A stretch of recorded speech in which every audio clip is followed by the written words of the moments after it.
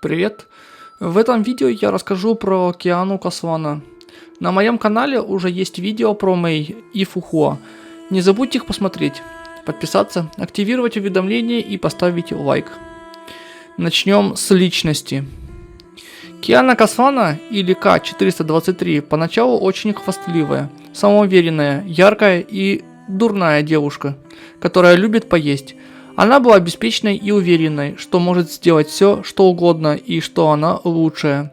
Она часто улыбалась, даже если была ранена, и обожала компанию своих друзей. Она смелая и общительная, даже осмеливается взять камень безмятежности, даже если это может убить ее. Однако, поскольку четвертое извержение Ханкай происходит ее руками, ее истинной сущностью, Киана резко меняется. Она становится взрослым человеком, который пытается найти решимость и противостоять преследующему ее второму апостолу, и в своей вине становится гораздо более тихим, зрелым и вдумчивым человеком, часто серьезным лицом. Хотя она нашла в себе решимость продолжить, она все еще боится, что кто-то пострадает из-за нее. Однако рядом с Мэй она часто имитирует свое беззаботное отношение, поэтому беспокойство Мэй не растет. Кроме того, когда Киана в конце концов осталась на базе антиэтропии в Солт-Лейк-Сити, она держится особняком. Когда люди избегали ее в столовой, она решилась поесть позже, а не пугать их. В плане дружеских отношений старается не просить участия в каких-то миссиях. Тем не менее, она по-прежнему очень внимательна к другим. Во время событий, которые произошли в Театре Доминирования, Киана сталкивается со своей темной стороной, апостолом пустоты. Киана приходит к выводу, что и она, и ее персонаж апостол являются Сирин. Причем апостол пустоты — это ненависть Сирин к человечеству, а Киана — это желание Сирин начать новую жизнь. Благодаря этой революции Киана смиряется с тем, что произошло во время четвертого извержения от рук другой ее личности. В то же время Киана также смиряется со смертью Химека и решает двигаться вперед вместе со своими близкими. Теперь поговорим о ее отношениях. Так сказать, об отношениях, с людьми, с которыми у нее было намного больше взаимоотношений, так сказать. Начнем с Райден Мэй. У Кианы и Мэй особая связь, не похожая ни на кого другого. Оба они были отброшены судьбой и брошены в хаос собственной перспективы. Но когда они встретились, они уже не были одни в этом мире. Киана всегда открыто говорила о своих романтических чувствах к Мэй. Мэй обычно ругает ее за то, что она слишком откровенно говорила об этом на миссиях. Но когда Киана попала под контроль апостола пустоты, Мэй подумала о том, как сильно она заботится о Киане. Киана часто думала об их воссоединении после того, как восстановила контроль над своим телом. Но столкнувшись с тем, кого она любила, которую чуть не убила, она пришла в ужас. Она больше не хотела быть обузой в жизни Мэй и чувствовала, что разрушила счастье, которое Мэй наконец обрела в Святой Фрейе. Даже когда Мэй умоляла ее вернуться в Гиперион, она отказалась. После спасения в Арк-Сити и побега с базы Шиксау в Северной Африке, эффекты огромного количества энергии Ханкай в ее теле начали в полной мере оказывать на нее. Мэй нашла ее на грани смерти в Нагазоре, где они впервые встретились. Состояние Кианы было ужасным, но она, как всегда, улыбнулась Мэй. Когда энергия Ханкай в Нагазоре вышла из-под контроля и в небе открылась червоточина, Киана наконец призналась Мэй, что ей все равно, умрет ли она, прежде чем отправиться на Бинарисе. Киана была ранена, и Хаск Нихилус сбил ее с дракона. Ее спас Кевин Касвана, согласно сделке, которую Мэй заключила с ним. Сначала Киана думала, что Кевин шантажирует Мэй, чтобы та присоединилась к мировому змею. Но Мэй сказала, что это было по ее собственной воле и что Киане больше не нужно о ней беспокоиться. Киана отказалась ее отпускать, поэтому они поссорились. Именно в этом бою сама Мэй тоже была честна и сказала, что мир для нее ничего не значит, если в нем не будет Кианы. Киана не смогла победить только что проснувшегося апостола и потеряла сознание. Со временем Киана сначала начала понимать и принимать, почему Мэй ушла.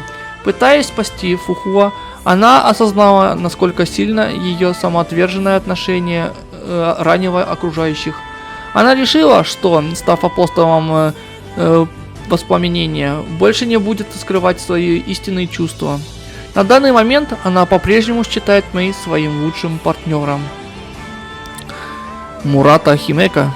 Будучи ребенком, рожденным без матери и с отцом, который ее бросил, Киана естественным образом тяготела к Химека.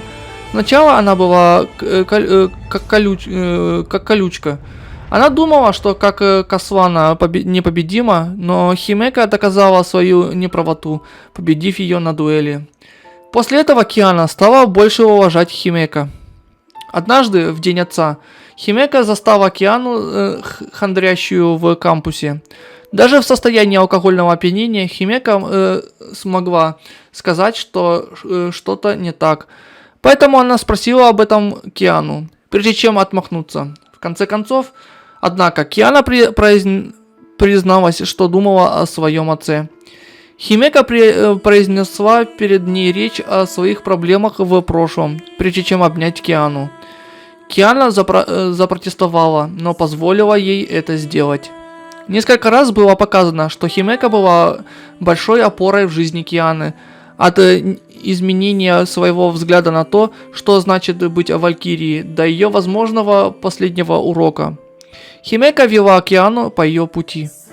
Киана часто называла ее тетя, к ее большему огорчению. Но когда апостол пустоты взяла под свой контроль тело Кианы, Химека встала, чтобы спасти ее. Киана была потрясена своей жертвой. Все ее ребячество и дерзость сменились чувствами вины и страха. Она убежала в Арк-Сити, не зная, что ей делать. В конце концов, она попыталась покончить жизнью самоубийством, но Фухуа остановила ее. Именно вспоминая то, что Химека сказала в свои последние минуты. Киана смогла сразиться с апостолом пустоты за контроль над их общей силой. Киана жила словами Химека и ее просьбой продолжить жить. Спасая Арк-Сити, она чувствовала, что наконец-то выполнила часть своего долга. Но ее героизм был омрачен постоянным чувством вины, бушующим в ее уме. И только после спасения Фухуа она поняла это. Апостол доминирования подтвердил то, чего опасалась Киана. Химека умерла, спасая ее. Однако именно в этом сценарии Киана наконец снова увидела Химека. Она была ее фрагментом, но все же это была она. Когда Киана взяла камень спешки, она вошла в белый мир. Там она и Химека гуляли вместе, вспоминали прошлое. Химека слегка подразнила ее за то, что она все время пряталась в одних и тех же кустах, и за то, что ей только нравились боевые уроки. Но они оба знали, что это не может длиться вечно. Киана должна была победить апостола доминирования. Киана собиралась попрощаться, но не могла заставить себя сделать это. Она плакала и извинялась перед Химека за то, что произошло, и говорила, что просто не может найти в себе силы попрощаться. Химека погладила ее по голове и сказала, как она гордится. Она сказала, что Киана действительно была ее лучшей ученицей. Если игрок решит продолжить разговор с Химека перед уходом, Химека вспомнит больше воспоминаний с Кианой. Через некоторое время она начала рассказывать Киане, что было в последнем письме Рагны. Она сказала, что никогда не понимала, что это значит, пока не встретила ее. И еще немного поговорив, Химека лишь нежно смотрела на Киану и больше не говорила. Победив апостола доминирования, Киана наконец-то смогла избавиться от чувства вины, которое она обнажила. Она готова продолжить жить. Она хочет дать ей надежду другим, как это сделала для нее Химейка. Теперь история. История Кианы уже полная, так сказать. Родившаяся 7 декабря 1998 года, Киана Касвана была беззаботным, ярким и игривым ребенком. Однако ее семья была разлучена, когда Вторая Ханкайская война опустошила землю, и когда ее мать умерла, а отец был в бегах. Киана была взята Отто Апокалипсисом для исследования.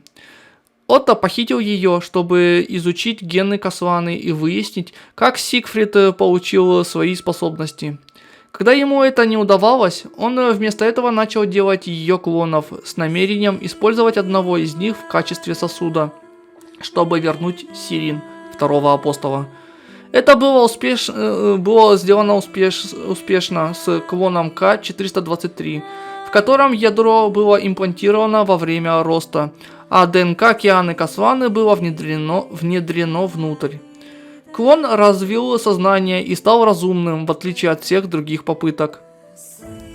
Предположительно, живя с Отто в течение довольно долгого времени, К-423 в конечном итоге была возвращена Зигфридом в 2007 году. Зигфрид попытался взять с собой обе Кианы, оригинал и клон, но потерял оригинал в суматохе и спешке. Ему удалось сбежать и скрыться в хижине в лесу, где они с К-423 прожили 3 года. В это время Зигфрид все еще оплакивал свои потери и отказывался признать клон своей дочерью. Он дал ей то, что ей было нужно для выживания, и подарил на день рождения, но в остальном игнорировал ее. К-423 была одинока, но она по-прежнему очень заботилась о ней, залечивая раны Зигфрида, когда он выходил сражаться с Ханкай. Однажды Зигфрид вернулся домой, тяжело раненый в бою с Ханкаем, и потерял сознание в хижине. К-423 хотела помочь ему, поэтому она схватила ружье Шамаш и вышла на улицу, где нашла зверя Ханкай класса Император. Прямо перед тем, как он пронзил ее своим копьем, Зигфрид разбил ему руку и убил.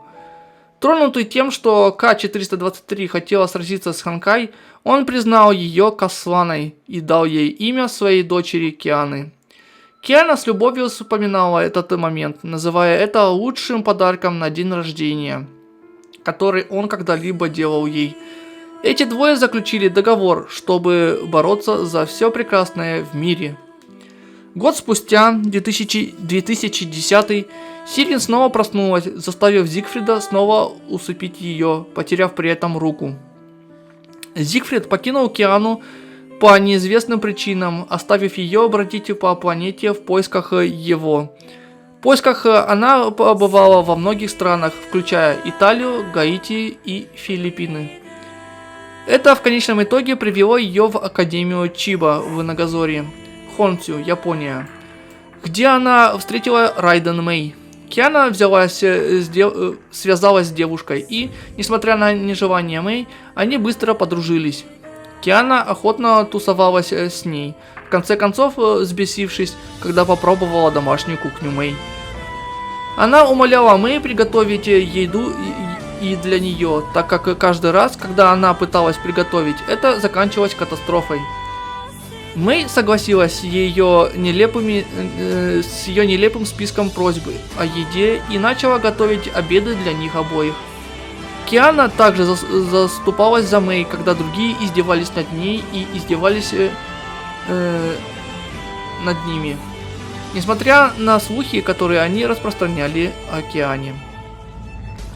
Она часто отплачивала Мэй любым способом, каким только могла придумать, даже давая ей единственный зонтик, который у нее был во время ливня. Когда Мэй спросила Киану, почему она связалась с ней со всеми слухами о своем отце, Киана только сказала, что Мэй есть Мэй, независимо от того, что ее отец мог или не мог сделать. Они нашли утешение друг в друге и уже не были так одиноки, как раньше. Киана и Мэй жили мирно, пока последняя неожиданно не стала третьим апостолом. Апостолом Грома. Ее извержение вызвало накопление огромного количества энергии Ханкай, превращая все, кроме Кианы, в безмозглых зомби. Киана боролась с личностью, которая завладела ее подругой, и в конце концов победила ее. Когда Мэй проснулась и попыталась покончить жизнь самоубийством, Киана схватила ее за руку и сказала не сдаваться. Уговорив ее передумать, Киана смогла поднять ее. Они вдвоем некоторое время путешествовали по Нагазоре, прежде чем столкнулись с Броней Зайчик, которая присоединилась к ним в их путешествии по бегству из города. Есть и другая версия, рассказывающая, что Мэй и Киана встречаются только после того, как первая стала апостолом Грома. В этой версии Киана, как всегда, настойчива и не сдается, пока не сможет спасти Мэй от Ханкай. Герой этой версии тот, кто решает спрыгнуть с крыши, боясь доброты Кианы. В конце концов, она все же берет Киану за руку. История из манги. Побег из Нагазоры. Однажды, когда все трое сражались против Ханкай, они наткнулись на необычно большую толпу. В суматохе Броню швырнуло через несколько зданий, и Мэй слишком беспокоилась о ней, чтобы заметить целившегося в нее императора. Однако Киана заметила, что и оттолкнула ее, принимая удар на себя. Они обе упали на землю. Киана истекала кровью на глазах у Мэй. Огромный эмоциональный стресс заставил Мэй взорваться, что предупредило Шиксау о мощном всплеске энергии Ханкай. Шиксау отправил свой линкор Гиперион для расследования и устранения того, что вызвало всплеск. Эта команда во главе с Муратой Химека прибыла и попыталась отбиться от личности апостола. К сожалению, ей не потребовалось много времени, чтобы уничтожить большую часть корабля. Киана очнулась во время боя и сломала крылья апостола Мэй, пытаясь вернуть нормальную Мэй. Вскоре она потеряла сознание.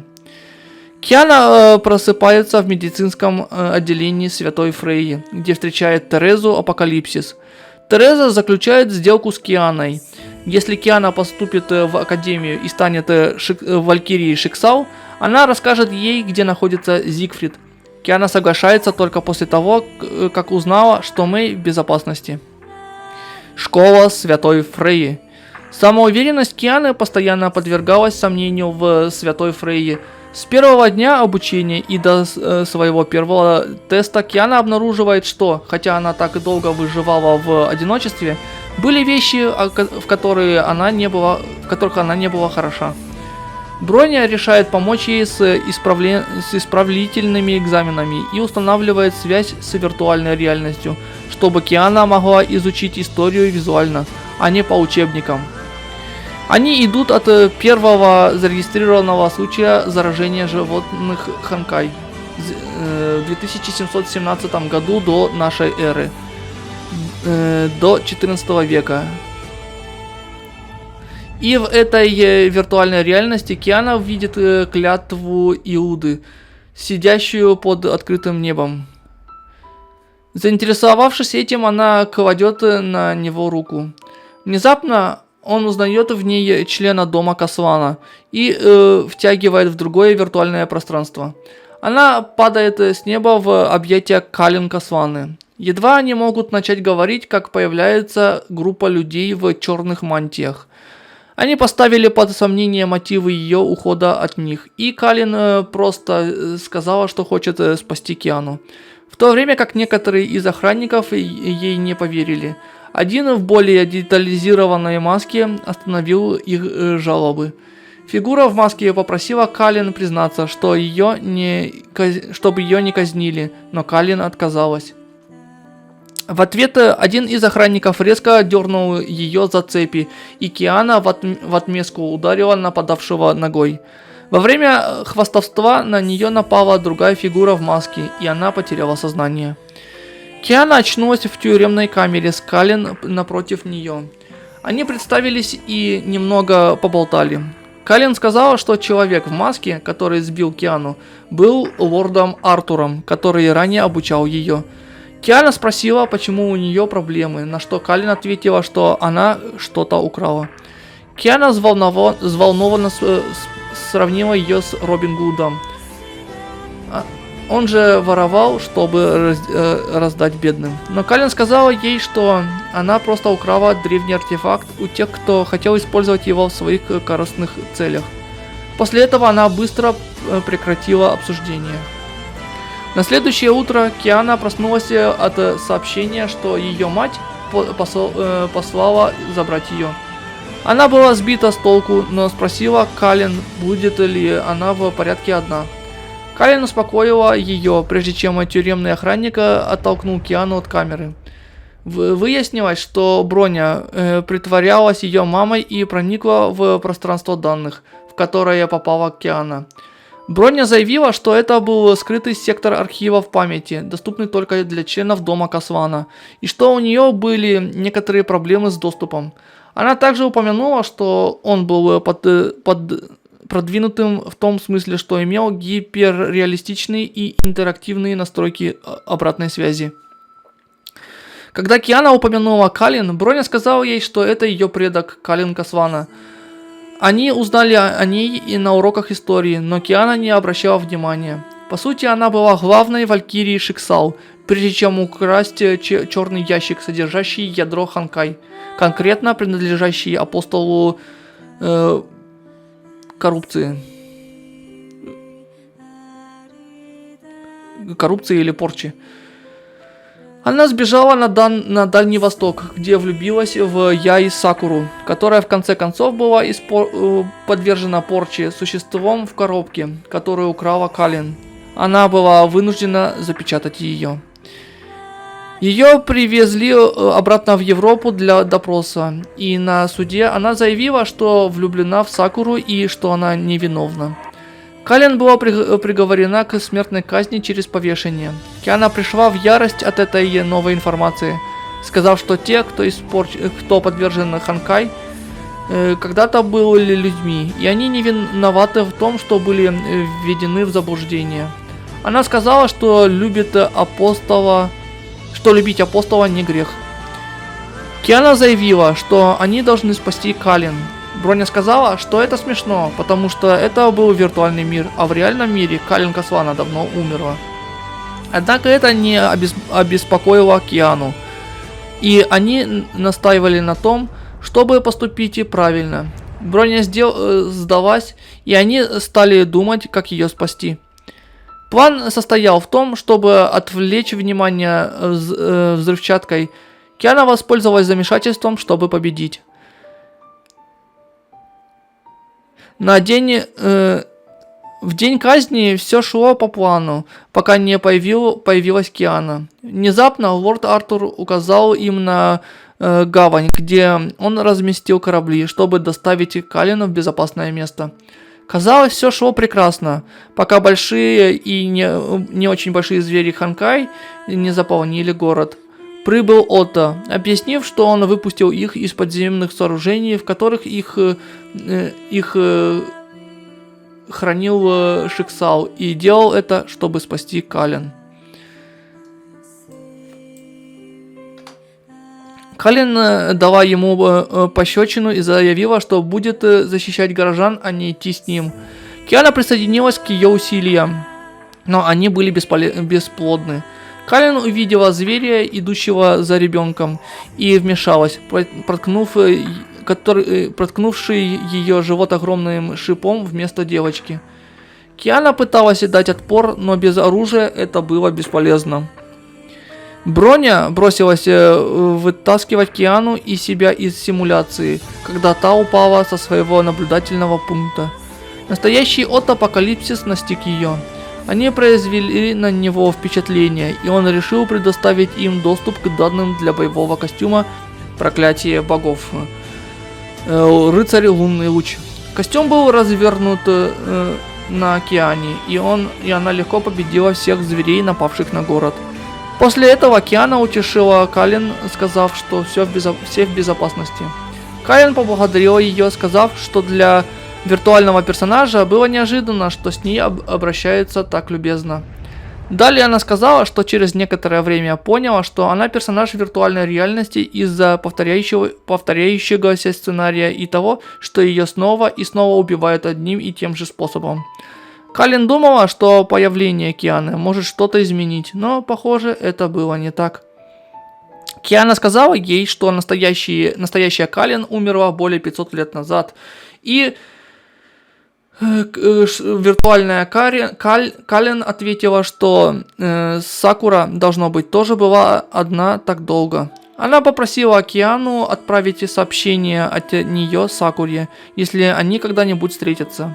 Это сообщение не раскрывается читателям, но, услышав его, Киана говорит, что ее предки такие же тупые, как и она сама. Арка благодарности. Она играет второстепенную роль в арке благодарности, но с ней там не происходит ничего особенного. Антиэнтропическое вторжение. Пока Химека находится в коме из-за случайного выброса стигмы во время миссии Чию, Киана была обезумлена. Сидя снаружи, взволнованная Киана испытывает галлюцинацию, в которой встречает своего отца, который странным образом стреляет в нее с судом Шамаша, называя ее монстром, которого нужно заставить замолчать. Она сразу же приходит в себя после того, как ее назвали монстром, и спешит обедать в общежитии. Трио ужинает, а Киана ест с тяжелым сердцем, пока не приходит Тереза, и не делится хорошей новостью. Химека на правильном пути к выздоровлению. На следующий день Киана проводит виртуальную симуляцию тренировки, которая сканирует мозг Кианы в поисках потенциальных врагов и создает их изображение с помощью нового боевого костюма, который дается только валькириям ранга Б. Белой кометы, который, что интересно, позже становится ее основным боевым костюмом. Она побеждает все вызванные образы, последним из которых должна быть Мэй, как третий апостол. Однако второй апостол внутри нее бессознательно изменяет его на Сигфрида, намекая, что второй апостол боится Зигфрида. Во время битвы с Зигфридом Тереза получает известие о том, что Мэй подверглась нападению кулона первого апостола. При этом Мэй отключила бомбу, которая должна была взорвать ее, если бы воля апостола проснулась. Услышав это, Киана требует, чтобы Зигфрид отпустил ее, на что он отказывается, говоря, что Мэй – третий апостол, заявляя, что клятва Касуаны победить Ханкай. Киана вдруг вспоминает все, что происходило за 4 года. Когда Киана заставила врасплох Зигфрида, объединяет два паренных пистолетов в свою форму Цвайхандера, что шокирует Терезу, когда она понимает, что Киана раньше видела суд Шамаша в его полной форме. В своем горе Киана вспоминает слова, которые сказал ей отец. «Мы должны делать все возможное, чтобы защитить тех, кого любим», и противостоит Зигфриду. Зигфрид сдается и говорит Киане спасти Мэй. На самом деле Киана прибывает как раз вовремя, чтобы спасти Мэй, и даже сражается с первым клоном апостола. При этом она почти умирает из-за разрядки батареи белой кометы, как только клон собирается нанести свой удар. Мэй открывает глобальный временной разрыв, который дает двоим достаточно времени, чтобы Мэй перезарядила белую комету Кианы своей силой апостола, позволяя Киане объединить ее в императрицу лунного луча и нанести продолжительный удар по клонам. Затем эти двое, наконец, остаются в безопасности. Лунная тень.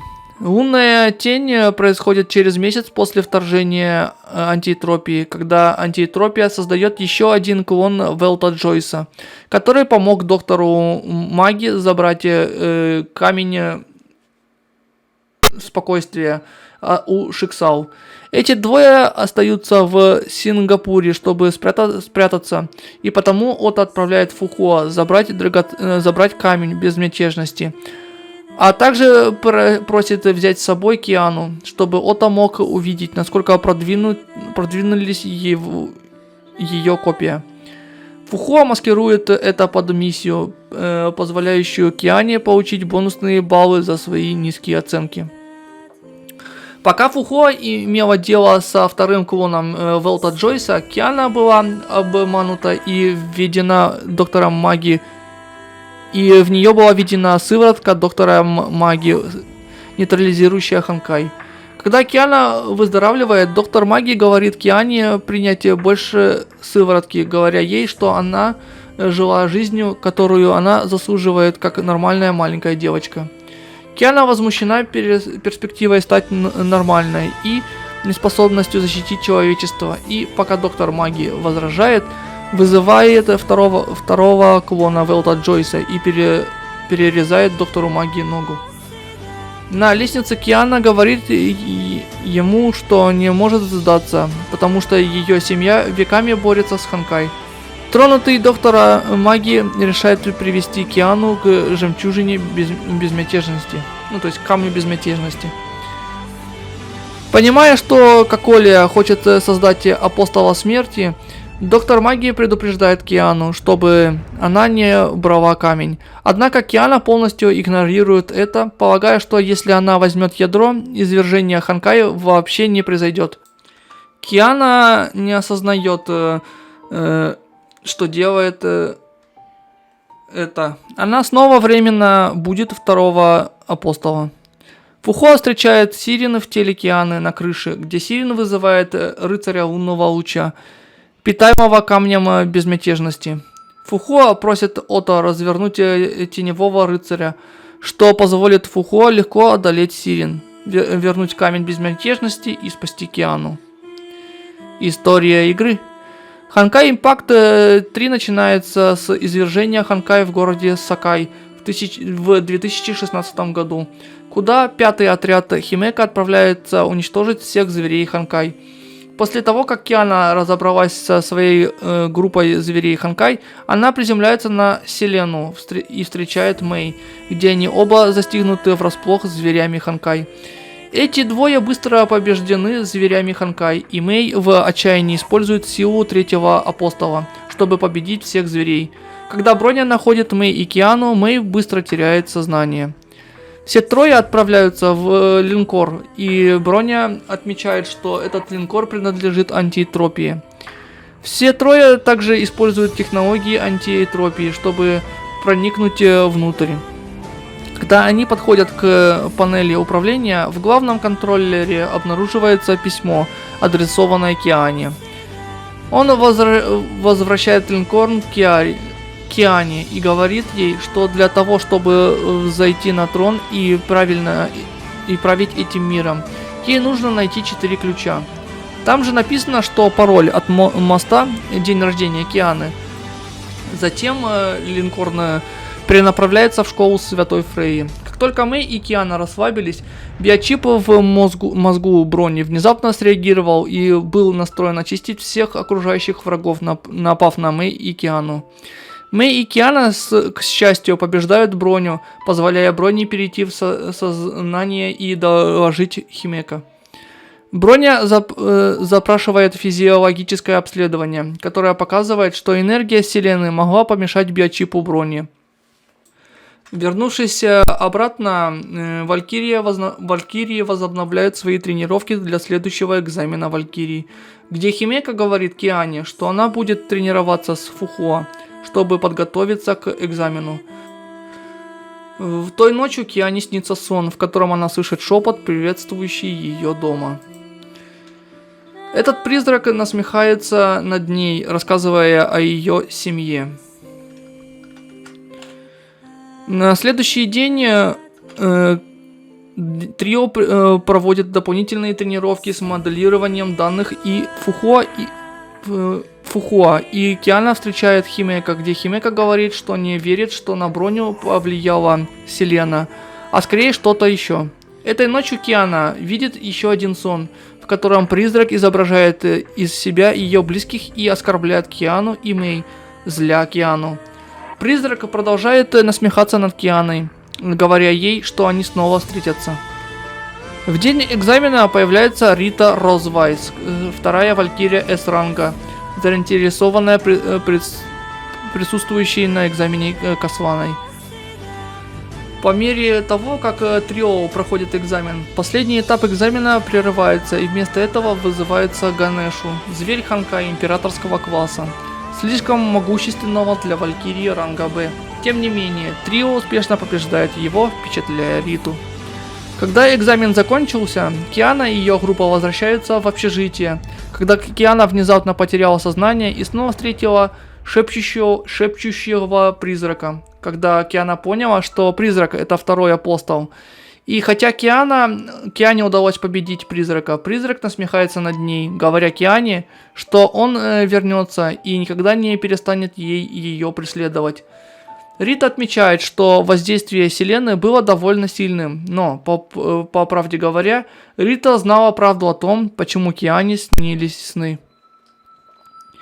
После этого новым валькириям говорят, что им нужно найти жемчужину желания в Новой Зеландии.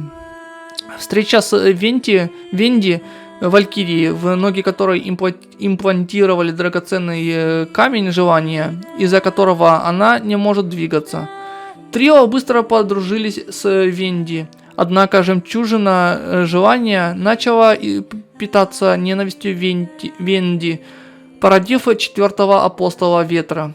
Хотя девочки успешно привели Венди в чувство, как Коля, к сожалению, вторглась в биочип Брони и заставила ее атаковать четвертого апостола, что также показывает, что внезапное нападение Брони на Мэй и Киану было вызвано не Селеной, а Коколией. Мало того, и Мэй, и Венди захвачены антиэтропией, а Броня следует приказам Коколии против ее воли. Киана, Химека и Тереза отправляются в корпус Мэйкорп, чтобы спасти 3 других девушек. И, к счастью, им удается спасти Мэй. Но, к сожалению, ценой того, что Броня сожгла свой биочип, оставив ее в критическом состоянии. Мало того, Коколя сообщает группе, что Венди уже убита, а драгоценный камень желания находится в руках антиэтропии. Коколя останавливает их сражение, с Вотаном, мощной технологией АЭ. Девушкам удается вернуться обратно в Святую Фрейю, где Броня находится в глубокой коме, которую не может разбудить даже лечение Святой Фрейи. Затем Тереза идет в подземную церковь Святой Фрейи, где находятся самые мощные данные и технологии Шиксал. В результате, как ни странно, данные реконструируют второе извержение Ханкай 16 лет назад. Вавилонская башня, Сибирь.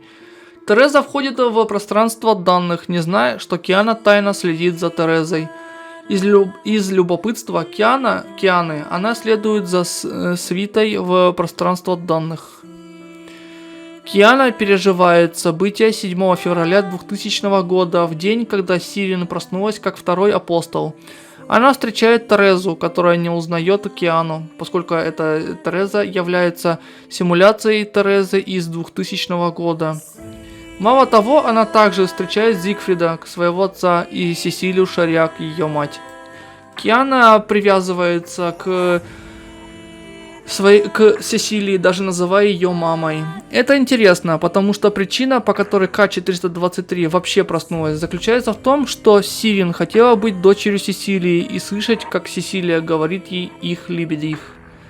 Когда Киана и Сесилия отправляются в Вавилонскую башню, чтобы победить второго апостола, вскоре становится очевидным, что Киана не может отличить, что это симуляция данных, и что ничто из этого не реально из-за привязанности Кианы к Сесилии. Поскольку и Сесилия, и Киана побеждают второго апостола, они обнимаются, пока не появляется Тереза и собираются забрать Киану, пока не появляется Фухуа. Фухуа уводит Терезу и говорит Киане правду.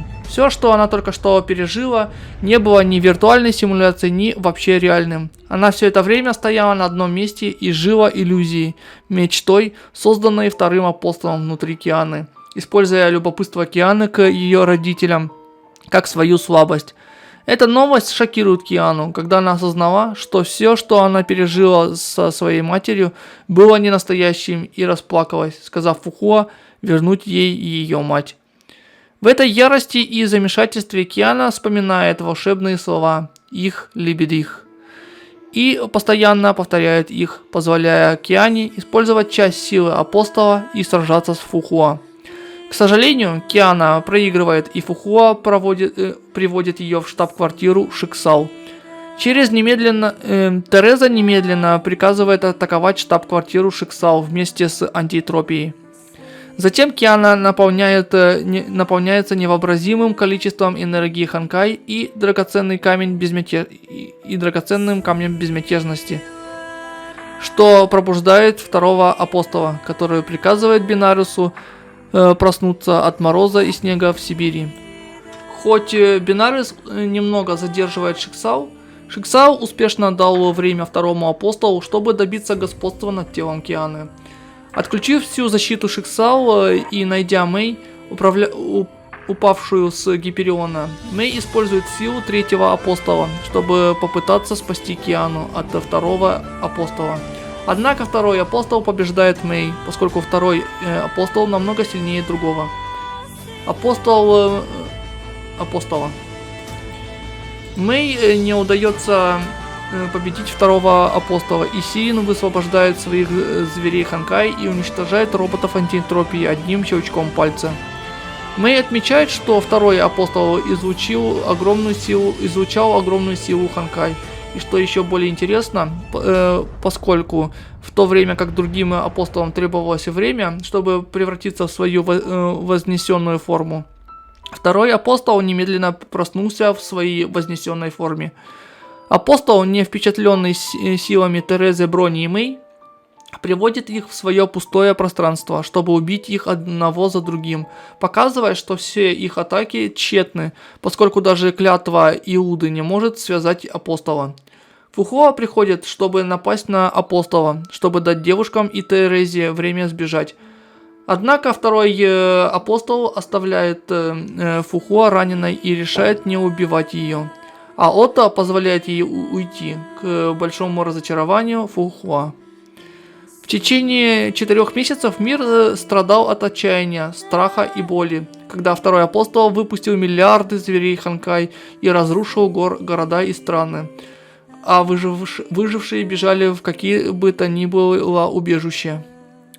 Апостол встречает Химека с драгоценным камнем спешки в Вермиллион Кнайт на Гиперионе, и они сражаются.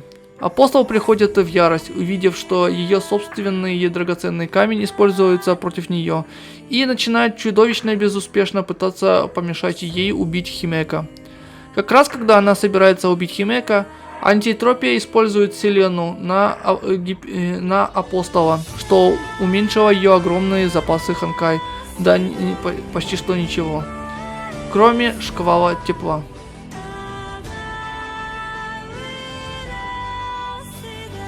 Прежде чем кто-либо из них смог нанести сокрушительный удар по апостолу, второй апостол убегает.